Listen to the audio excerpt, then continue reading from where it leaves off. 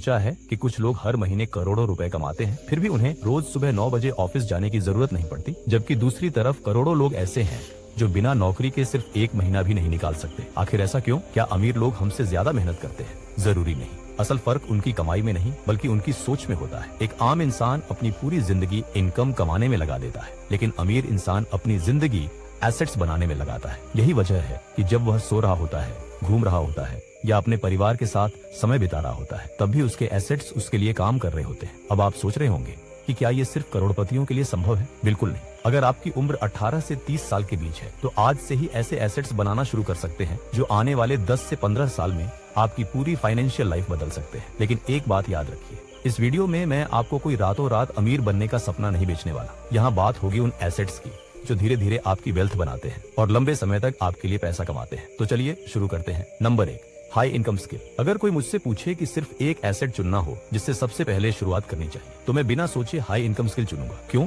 क्योंकि बाकी सभी एसेट्स खरीदने के लिए सबसे पहले आपके पास कैश होना चाहिए, और कैश सबसे तेजी से आपकी स्किल दिलाती है। आज AI, video editing, graphic designing, digital marketing, coding, copy writing, sales और डेटा एनालिटिक्स जैसी स्किल्स की मार्केट में जबरदस्त डिमांड है। भारत ही नहीं, दुनिया भर की कंपनियां रिमोट टैलेंट हायर कर रही हैं। अगर आप अगले 6 से 12 महीनों तक रोज 2 से 3 घंटे किसी एक स्किल पर मेहनत करते हैं, पोर्टफोलियो बनाते हैं और लगातार अप्लाई करते हैं, तो बहुत से लोग 50,000 रुपए से 1 लाख रुपए प्रति महीने या उससे भी ज्यादा कमाने तक पहुंच जाते हैं।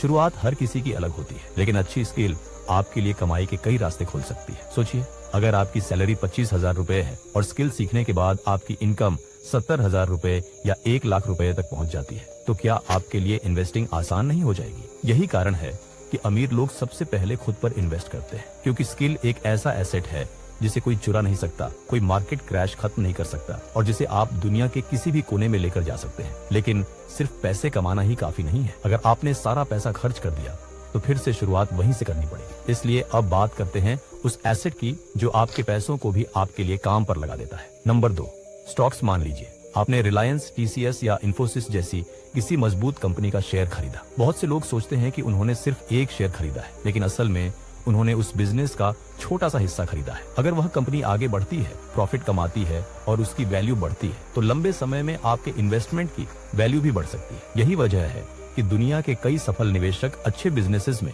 ओनरशिप को सबसे बड़ी ताकत मानते हैं। लेकिन यहाँ सबसे बड़ी गलती होती है, लोग इन्वेस्टिंग नहीं करते, वे रोज प्राइस देखकर ट्रेडिंग करने लगते हैं। सुबह खरीदा, शाम को बेच दिया, फिर लॉस हुआ और बोले स्टॉक मार्केट जुआ है। असलियत ये है कि जुआ मार्केट नहीं, हमारी जल्दबाजी होती है। स्टॉक मार्केट उन लोगों को रिवॉर्ड करता है जो अच्छे बिजनेसेस के साथ लंबे समय तक जुड़े रहते हैं। लेकिन अगर आपको कंपनीज चुनना मुश्किल लगता है तो अगला एसेट आपके लिए और भी आसान है। Number 3, index funds. मान लीजिए आपके पास समय कम है, आप रोज चार्ट नहीं देखना चाहते, बैलेंस शीट पढ़ना पसंद नहीं है, फिर भी आप चाहते हैं कि आपका पैसा धीरे धीरे बढ़े। ऐसे लोगों के लिए इंडेक्स फंड्स एक अच्छा विकल्प माने जाते हैं। इनमें आप एक ही कंपनी पर दाम नहीं लगाते, बल्कि कई बड़ी कंपनियों में एक साथ निवेश करते हैं। इससे जोखिम कुछ हद तक फैल जाता है और आपको हर दिन मार्केट पर नजर रखने की जरूरत भी नहीं पड़ती। याद रखिए, वेल्थ रोज पोर्टफोलियो रिफ्रेश करने से नहीं बनती, वेल्थ सही फैसले लेकर उन्हें समय देने से बनती है। अब तक हमने ऐसे एसेट्स की बात की जो मोबाइल से खरीदे जा सकते हैं, लेकिन भारत में एक एसेट ऐसा है जिसके लिए लोग 20 से 30 साल तक ईएमआई भरने को भी तैयार रहते हैं। नंबर 4, हमारे देश में प्रॉपर्टी को हमेशा से सुरक्षित इन्वेस्टमेंट माना गया है और कई मामलों में यह सही भी है। Real estate. अगर लोकेशन अच्छी हो, डिमांड बढ़ रही हो और आपने सही कीमत पर प्रॉपर्टी खरीदी हो, तो समय के साथ उसकी वैल्यू बढ़ सकती है। अगर उसे किराए पर दिया जाए तो उससे नियमित इनकम भी मिल सकती है। लेकिन हर प्रॉपर्टी एसेट नहीं होती। अगर आपने सिर्फ दूसरों को देखकर या बिना रिसर्च किए प्रॉपर्टी खरीद ली, तो वही प्रॉपर्टी सालों तक आपका पैसा फंसा सकती है। इसलिए रियल एस्टेट खरीदते समय इमोशन से नहीं, नंबर से फैसला लीजिए। लोकेशन, डिमांड, रेंटल पोटेंशियल और आपका बजट, इन 4 चीजों को हमेशा पहले देखिए, क्योंकि सही प्रॉपर्टी आपकी वेल्थ बना सकती है और गलत प्रॉपर्टी आपकी सबसे बड़ी फाइनेंशियल मिस्टेक भी बन सकती है। लेकिन अब सवाल ये है, अगर आपके पास प्रॉपर्टी खरीदने जितना पैसा ही नहीं है तो वेल्थ कैसे बढ़ाएं? यहीं से शुरू होता है अगला अध्याय, जहां हम बात करेंगे ऐसे एसेट्स की जिन्हें कम पूंजी से भी बनाया जा सकता है और जो समय के साथ आपकी इनकम को कई गुना बढ़ाने की क्षमता रखते हैं। Number 5, business. जरा सोचिए, एक व्यक्ति सुबह से शाम तक अपनी दुकान पर बैठता है। जिस दिन वह दुकान नहीं खोलता उस दिन कमाई भी नहीं होती। अब दूसरी तरफ एक ऐसा बिजनेस है जहां ओनर हर समय मौजूद नहीं रहता, फिर भी सेल्स होती रहती है। यही फर्क है काम करने और सिस्टम बनाने में। बिजनेस का मतलब सिर्फ बड़ी कंपनी खोलना नहीं होता। आज कोई ऑनलाइन क्लोथिंग ब्रांड चला रहा है, कोई हेल्थी स्नैक्स बेच रहा है, कोई अमेजोन या फ्लिपकार्ट पर प्रोडक्ट्स बेच रहा है, तो कोई लोकल सर्विस बिजनेस को ऑनलाइन लेकर जा चुका है। बिजनेस आपको सिर्फ इनकम नहीं देता, बल्कि एक ऐसा सिस्टम देता है जो धीरे धीरे आपकी मौजूदगी पर कम निर्भर होने लगता है। लेकिन एक बात याद रखिए, हर बिजनेस सफल नहीं होता, इसलिए शुरुआत हमेशा छोटी कीजिए। मार्केट को समझिए, कस्टमर की प्रॉब्लम पहचानिए और फिर ऐसा प्रोडक्ट या सर्विस बनाइए जिसकी लोगों को सच में जरूरत हो। याद रखिए, पैसा प्रोडक्ट से नहीं, प्रॉब्लम सॉल्व करने से आता है। लेकिन अगर आप बिजनेस शुरू करने के लिए इन्वेस्टमेंट या टीम की वजह से रुक जाते हैं तो अगला एसेट आपके लिए है। Number 6, digital products. मान लीजिए आपने एक्सेल अच्छी तरह सीख ली, या फिर आप ग्राफिक डिजाइन जानते हैं, या fitness, cooking, photography, spoken English या फाइनेंस के बारे में अच्छी जानकारी रखते हैं। अब आपके पास 2 रास्ते हैं। पहला, हर बार अपनी नॉलेज को समय देकर बेचिए। दूसरा, उसी नॉलेज को एक बार डिजिटल प्रोडक्ट में बदल दीजिए, जैसे ई book, online course, templates, preset, notion templates, mobile app या कोई एआई टूल। एक बार मेहनत और उसके बाद वही प्रोडक्ट बार बार बिक सकता है। यही डिजिटल प्रोडक्ट्स की सबसे बड़ी ताकत है। आज दुनिया भर में हजारों लोग अपनी नॉलेज को डिजिटल प्रोडक्ट बनाकर इनकम जनरेट कर रहे हैं। इसका मतलब यह नहीं कि प्रोडक्ट बनाते ही लाखों रुपए आने लगेंगे, लेकिन अगर आपका प्रोडक्ट लोगों की असली प्रॉब्लम सॉल्व करता है और आप उसे सही ऑडियंस तक पहुंचा पाते हैं, तो वह लंबे समय तक इनकम का सोर्स बन सकता है। इसलिए अगर आपके पास कोई नॉलेज या स्किल है तो उसे सिर्फ अपने तक मत रखिए, उसे एसेट बनाइए। अब आप सोच रहे होंगे, अगर मुझे प्रोडक्ट बनाना नहीं आता तो कोई बात नहीं, क्योंकि अगला एसेट तो शायद आपके मोबाइल में ही शुरू हो सकता है। Number 7, content. आज यूट्यूब, इंस्टाग्राम, पॉडकास्ट और ब्लॉग सिर्फ एंटरटेनमेंट के प्लेटफॉर्म नहीं है, ये ऐसे प्लेटफॉर्म्स हैं जहां आपका कंटेंट खुद एक एसेट बन सकता है। मान लीजिए आपने आज एक अच्छी यूट्यूब वीडियो बनाई, अगर वह वीडियो लोगों के काम की है तो हो सकता है कि अगले 3 से 4 साल तक भी लोग उसे देखते रहें। यानी आपने मेहनत एक बार की, लेकिन उससे व्यूज और इनकम लंबे समय तक आती है। यही वजह है कि आज कई क्रिएटर्स सिर्फ ब्रांड डील से नहीं, बल्कि एड्स, एफिलिएट मार्केटिंग, कोर्सेज और डिजिटल प्रोडक्ट से भी कमाई कर रहे हैं। लेकिन यहाँ एक गलती बहुत लोग करते हैं, वे 10 वीडियोस बनाते हैं, व्यूज नहीं आते और छोड़ देते हैं।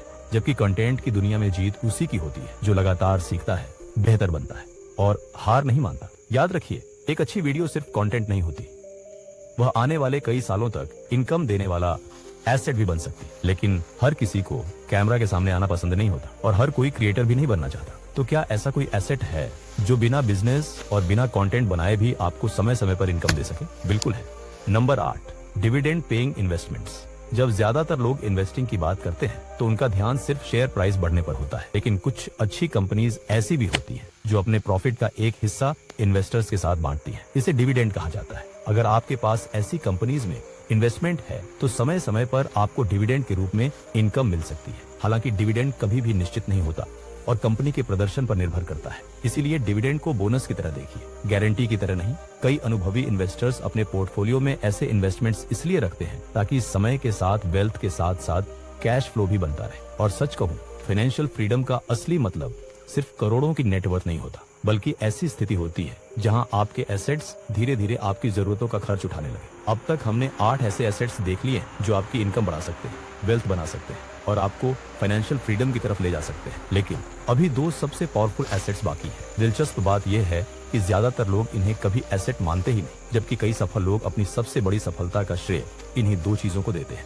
नंबर 9, आपका नेटवर्क एक पुरानी कहावत है। आप उन 5 लोगों का औसत बन जाते हैं जिनके साथ आप सबसे ज्यादा समय बिताते हैं। पहले मुझे भी यह सिर्फ एक मोटिवेशनल कोट लगता था, लेकिन जैसे जैसे मैंने सफल लोगों की लाइफ को देखा, समझ आया कि इसमें सच्चाई बहुत ज्यादा है। अगर आपके दोस्त हर समय सिर्फ मोबाइल, रील्स और वीकेंड पार्टी की बात करते हैं तो धीरे धीरे आपकी सोच भी वैसे ही बन जाएगी। लेकिन अगर आपके आसपास ऐसे लोग हैं जो इन्वेस्टिंग सीख रहे हैं, नई स्किल्स सीख रहे हैं, बिजनेस शुरू करने की बात कर रहे हैं, तो बिना महसूस किए आपकी सोच भी बदलने लगती है। इसीलिए सफल लोग हमेशा कहते हैं, अपनी इनकम बढ़ानी है तो पहले अपना सर्कल बदलिए। कई बार एक सही मेंटर, एक सही दोस्त या एक सही कनेक्शन आपको वह अपॉर्चुनिटी दिला सकता है जिसके लिए आप सालों से मेहनत कर रहे हैं। याद रखिए, नेटवर्क सिर्फ लोगों की लिस्ट नहीं होता, नेटवर्क नए अवसरों का दरवाजा होता है। लेकिन एक आखिरी एसेट बचा है और मेरी नजर में यही सबसे पावरफुल एसेट। Number 10, ownership. जरा एक बात सोचिए, जब रिलायंस का बिजनेस बढ़ता है तो सबसे ज्यादा फायदा किसे होता है? उसके ओनर को। जब इन्फोसिस बड़ी होती है तो सबसे ज्यादा वेल्थ किसकी बढ़ती है? उसके ओनर्स की। यही कारण है कि दुनिया के सबसे अमीर लोग सिर्फ सैलरी पर निर्भर नहीं रहते, वे किसी न किसी बिजनेस में ओनरशिप रखते हैं। अब इसका मतलब ये बिल्कुल नहीं है कि आपको करोड़ों रुपए लगाकर कंपनी खरीदनी पड़ेगी। अगर आपके पास अपना बिजनेस है तो वह ओनरशिप है। अगर आपने किसी अच्छी कंपनी में लॉन्ग टर्म के लिए शेयर्स खरीदे हैं तो वह भी ओनरशिप है। अगर आपने कोई डिजिटल प्रोडक्ट बनाया है या यूट्यूब चैनल बनाया है तो वह भी ओनरशिप है। समझने वाली बात सिर्फ इतनी है, एम्प्लॉई अपना समय बेचता है, ओनर अपनी वैल्यू बनाता है, और समय के साथ वैल्यू हमेशा समय से ज्यादा पैसा कमाती है। इसीलिए अगर आपको अगले 10 से 20 साल में फाइनेंशियल फ्रीडम चाहिए तो सिर्फ इनकम बढ़ाने पर नहीं, ओनरशिप बनाने पर भी ध्यान दीजिए। अब 1 मिनट के लिए अपने आप से एक सवाल पूछिए, अगर कल सुबह आपकी जॉब चली जाए तो कितने महीने तक आप बिना किसी तनाव के अपना खर्च चला पाएंगे? अगर जवाब 1 या 2 महीने है तो इसका मतलब है कि आपको एसेट्स बनाने की शुरुआत आज से ही करनी चाहिए, क्योंकि जॉब आपको इनकम देती है लेकिन एसेट्स आपको सिक्योरिटी देते हैं, और यही सिक्योरिटी धीरे धीरे फाइनेंशियल फ्रीडम में बदल जाती है। याद रखिए, कोई भी इंसान एक दिन में अमीर नहीं बनता, लेकिन हर अमीर इंसान एक दिन फैसला जरूर करता है कि अब सिर्फ सैलरी के भरोसे नहीं रहना है। हर महीने अपनी इनकम का एक हिस्सा किसी ऐसे एसेट में लगाना है जो आने वाले सालों में मेरे लिए काम करे। हो सकता है शुरुआत 5,000 रुपए से हो या 10,000 रुपए से। रकम छोटी हो सकती है लेकिन आदत छोटी नहीं होती, क्योंकि वेल्थ एक बड़े डिसीजन से, छोटे छोटे सही डिसीजन से बनती है। अगर आज की वीडियो से आपको सिर्फ एक बात याद रखनी तो वह ये है, रिच लोग ज्यादा काम करके अमीर नहीं बनते, वे ऐसे एसेट्स बनाते हैं जो उनके लिए काम करते हैं। तो आज ही सोचिए, इन 10 एसेट्स में से आप सबसे पहले किस एसेट पर काम शुरू करेंगे? नीचे कमेंट में उसका नाम जरूर लिखिए। अगर वीडियो पसंद आई हो तो लाइक करके अपना सपोर्ट जरूर दीजिए, और अगर आप चाहते हैं कि इस चैनल पर ऐसी ही प्रैक्टिकल और आसान भाषा में फाइनेंस, इन्वेस्टिंग और वेल्थ क्रिएशन से जुड़ी वीडियोस आती रहे तो चैनल को सब्सक्राइब करना मत भूलिए, क्योंकि अगली वीडियो में हम बात करेंगे 10 फाइनेंशियल मिस्टेक्स जो 90% मिडिल क्लास लोग करते हैं और जिनकी वजह से वे सालों तक वेल्थ नहीं बना पाते। मुझे पूरा विश्वास है, अगर आपने आज की वीडियो में बताए गए एसेट्स पर धीरे धीरे काम करना शुरू कर दिया तो आने वाले कुछ सालों में आपका पैसा सिर्फ बैंक अकाउंट में नहीं रहे, बल्कि